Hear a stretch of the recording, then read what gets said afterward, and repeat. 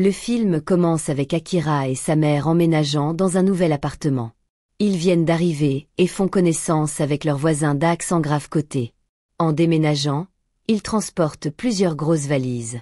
Étonnamment, le contenu de ces valises n'est pas constitué de vêtements ou d'objets personnels, mais de 3 des frères et sœurs d'Akira, qui ont été intentionnellement cachés à l'intérieur. Cette disposition secrète est nécessaire car seuls Akira et sa mère sont officiellement enregistrés comme résidents. Les autres frères et sœurs doivent rester cachés pour éviter d'être découverts par les voisins et les autorités, car ils ne sont pas censés vivre là légalement. Leur mère prétend n'avoir qu'un seul enfant, Akira. Elle est très occupée par son travail et rentre souvent tard. Lorsqu'elle travaille tard, Akira prend la responsabilité de s'occuper de ses frères et sœurs. Ils partagent les tâches ménagères. Akira s'occupe des courses et de la cuisine, tandis que Kyoko prend soin du linge. Bien qu'ils n'aillent pas à l'école comme les autres enfants, Akira et ses frères et sœurs sont avides d'apprendre. Ils supplient leur mère de les laisser aller à l'école, mais elle reste ferme dans sa décision de les garder à la maison. Un jour, la mère d'Akira révèle qu'elle a trouvé quelqu'un qu'elle aime. Elle croit que cet homme ferait un bon père pour ses enfants et promet qu'ils vivront dans une grande maison où ils pourront tous aller à l'école.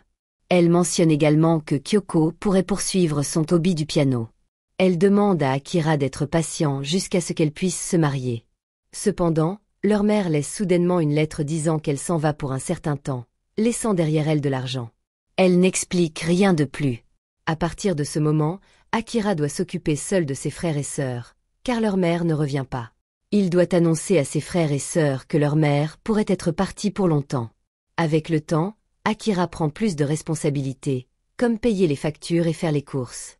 Un jour, alors qu'il est au magasin, des enfants l'embêtent en glissant des articles non payés dans son sac. En sortant, l'alarme se déclenche et il est accusé de vol. Heureusement, un caissier intervient, sachant qu'Akira est victime d'intimidation, et lui donne de la nourriture en guise d'excuse. Les jours passent et Akira continue d'essayer de contacter sa mère, mais elle ne répond jamais. Désespéré d'obtenir de l'argent, il se tourne vers son père. Malheureusement, son père n'a pas d'argent, car sa petite amie a tout dépensé. Au lieu de recevoir de l'aide, Akira finit par donner de l'argent à son père, mais il a toujours besoin de fonds pour s'occuper de lui-même et de ses frères et sœurs. Avec le temps, ils réussissent à tenir un mois avec l'argent qu'ils ont, mais malheureusement, leur mère n'est toujours pas revenue. Quand un mois est passé, leurs fonds commencent à s'épuiser, mais enfin, leur mère revient, portant des cadeaux. Akira et Kyoko ne savent pas trop comment se sentir à propos de son retour, car elle ne semble pas montrer de remords. Peu de temps après, les enfants voient leur mère faire ses valises à nouveau. Elle prévoit de repartir, les laissant derrière. Akira doit reprendre ses responsabilités en tant que frère aîné.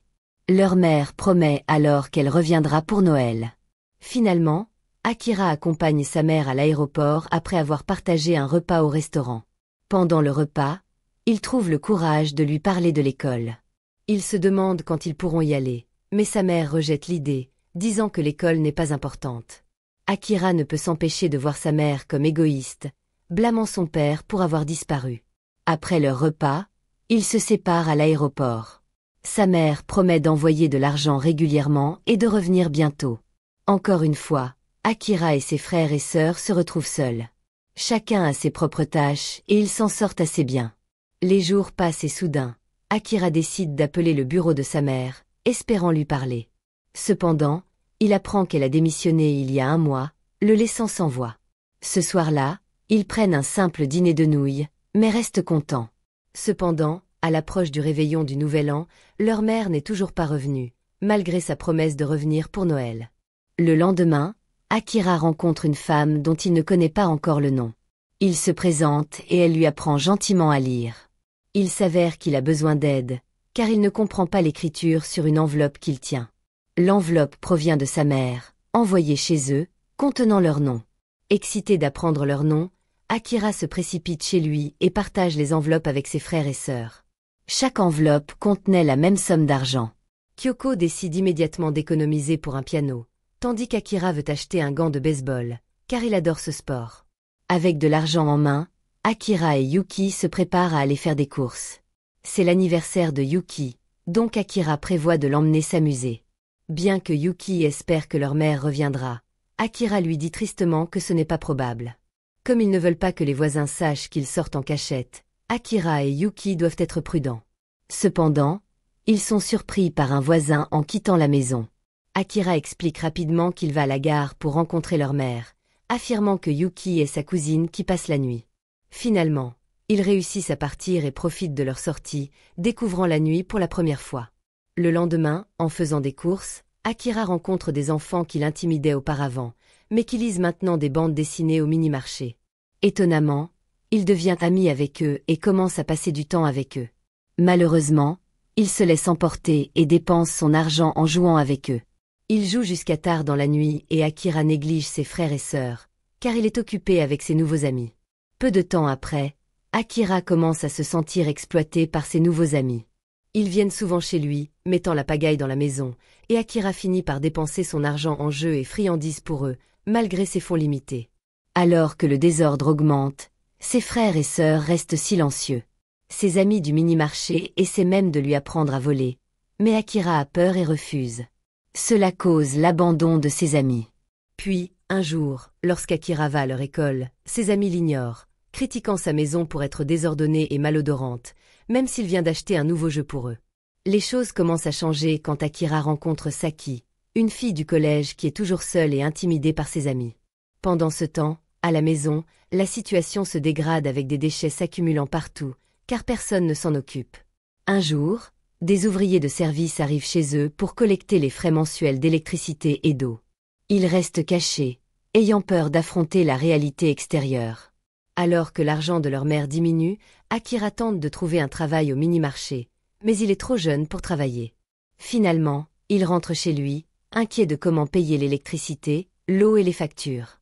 Voyant la confusion d'Akira, Kyoko lui donne ses économies pour aider. Puis, un jour, il trouve le courage de sortir. Akira emmène ses frères et sœurs au mini-marché pour acheter de la nourriture et des friandises, utilisant l'argent de Kyoko pour les courses au lieu des factures. Il passe également du temps à jouer dans le parc, où il remarque des plantes sauvages avec des graines. Il les ramasse pour les planter chez eux avec un peu de terre. De retour à la maison, il commence à jardiner, utilisant des pots de nouilles instantanées vides comme jardinière. Ce soir-là, l'électricité est coupée dans leur maison parce qu'Akira n'a pas payé les factures d'électricité, d'eau et autres.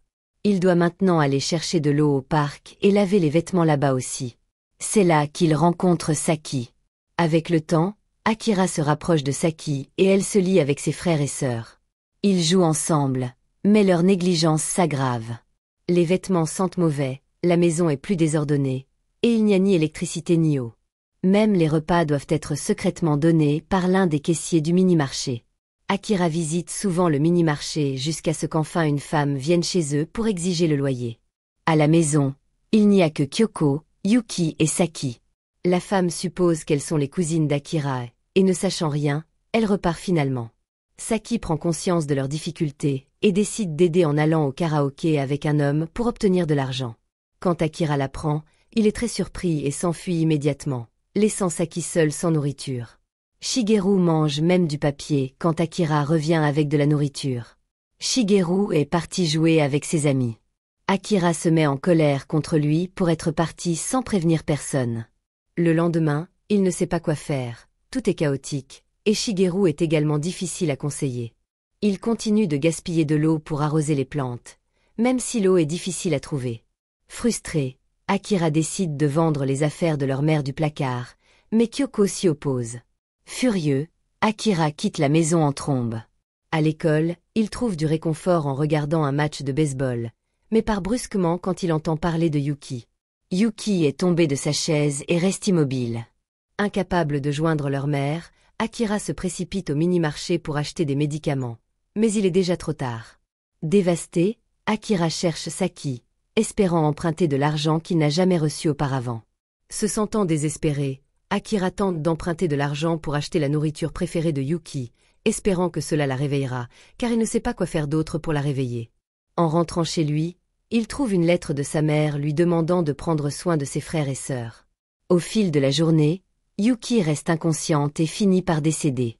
Cette nuit-là, Akira rassemble courageusement ses affaires et la place dans une valise. Il décide de l'enterrer près de l'aéroport, loin de chez eux, et doit prendre un train pour y arriver. L'enterrement a lieu discrètement la nuit, avec seulement Akira et Saki présents. Akira choisit d'enterrer Yuki près de l'aéroport car il lui avait promis de l'y emmener, mais n'en avait jamais eu l'occasion. Le lendemain, après l'enterrement, Akira et Saki rentrent chez eux en train. Ils continuent à survivre sans leurs parents, mendiant souvent de la nourriture au mini-marché. Saki se joint maintenant à Akira et ses frères et sœurs. Aucun voisin ne sait que Yuki est morte et leur vie devient encore plus négligée. La morale de cette histoire est la suivante. N'abandonnez pas vos enfants. Ils ont besoin de leurs parents, peu importe la difficulté de la situation. Les parents doivent être là avec eux.